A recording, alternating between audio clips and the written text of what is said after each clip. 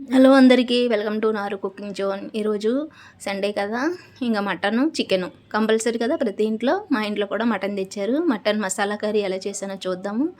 ముందుగా మటన్ ఏమో ఒక హాఫ్ కేజీ తీసుకొని అవి ముందు చేత్తో ఇలా విడివిడిగా తీసుకుంటే ముక్కలు అవి ఒకదానికొకటి అంటుకోకుండా వస్తాయి, దానికి సపరేట్గా వస్తాయి. అలా చేసిన తర్వాత దాన్ని వాష్ చేసుకున్న తర్వాత ఇది ఎండు కారం, ఇంట్లో తయారు చేసుకున్న కారం. ఇందులో ఆల్రెడీ పసుపు, అన్ని ధనియాలు అన్నీ కూడా కలిసిపోయి ఉంటుందండి. అందుకే నేను సపరేట్గా వేయలేదు. అందులోనే ఒక స్పూను సాల్ట్ కూడా వేసి బాగా కలపాలి. ఎలాగంటే మసాలా అంతా ఆ మటన్కి బాగా ఇంకుతుంది అనమాట. ఇలా ఇంకడం వల్ల అది మనకి టేస్టీగా ఉంటుంది. ఇది కాసేపు ఇలా పక్కన పెట్టుకొని ఈలోగా ఆనియన్ టమాటా మన గ్రేవీ అయితే తయారు చేద్దాం. ఎందుకంటే ఇది ఎర్లీ మార్నింగ్ టిఫిన్తో కానీ దేనితోనే తినాలంటే మాకు గ్రేవీ ఎక్కువగా అడుగుతారు. అందుకే నేను ఉల్లిపాయ టమాటాలు డైరెక్ట్గా వేయకుండా ఇలా మిక్సీ పెట్టేసి వేస్తాను అనమాట. దీనివల్ల ఏమైతే ఎక్కువ గ్రేవీ వస్తుంది. ఇడ్లీ కానీ, దోశ కానీ, వడకు కానీ చాలా బాగుంటుంది. అందుకని ఈ కుక్కర్ పెట్టుకొని ఇందులో కొద్ది అయితే మటన్ కుక్కర్లోనే నేను ఎక్కువ వండుతానండి. ఎందుకంటే కొంచెం మటన్ గట్టిగా ఉంటుంది, పళ్ళు కంటుపోతే ఊడు రాదు. అలాగైతే ఇంకా పిల్లలు అస్సలు తినరని చెప్పి కుక్కర్లోనైతే ఒక 7-8 విజిల్స్ వచ్చేదాకా వండుతాను. సో కుక్కర్ తీసుకున్నాను. కుక్కర్లో 1.5 స్పూన్ ఆయిల్ వేసి ముందుగా జీడిపప్పు అయితే వేయాలి. అది లైట్గా మనకు బ్రౌనిష్గా వచ్చిన తర్వాత ఒక 2 ఆనియన్స్ కూడా చిన్న చిన్న ముక్కలుగా కట్ చేసి అందులోనే చిన్న పచ్చిమిర్చి, కావాలంటే ఎక్కువ కారం తిన్న వాళ్ళు వేసుకోవచ్చు. మేమైతే తినమండి, కారం చాలా తక్కువ తింటాము, అందుకే పచ్చిమిర్చి తక్కువ వేసాను. అలాగే అల్లం వెల్లుల్లి పేస్ట్ 1 స్పూన్, అది కూడా బాగా వేగిన తర్వాత, ఎందుకంటే అల్లం వెల్లుల్లి పేస్ట్ వేయడం వల్ల మటన్ తొందరగా ఉడుతుంది. మటన్కి అయితే కంపల్సరీ అల్లం ఉండాలండి, పేస్ట్ లేకపోతే అది బేగా ఉడకదు.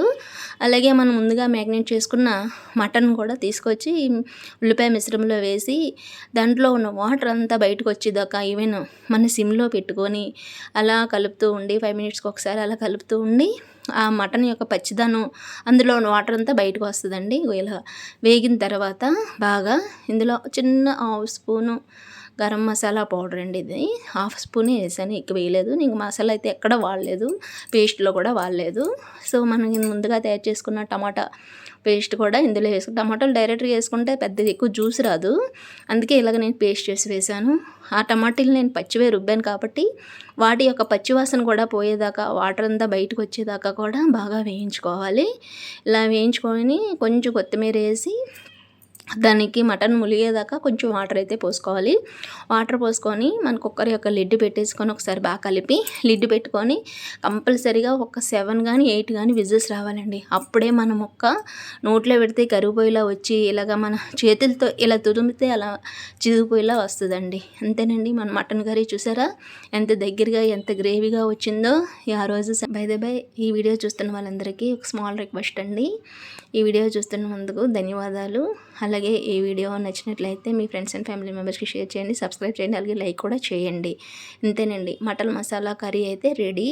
ఇంకా రోజు సండే కాబట్టి ఇడ్లీ వడతో మన మటన్ మసాలా కర్రీ ముంచుకొని బాగా మా వాళ్ళు అయితే లైన్ చేయడం అయితే జరిగింది.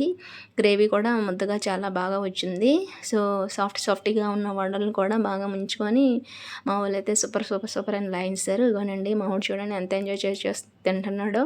Thank you for watching and like and subscribe.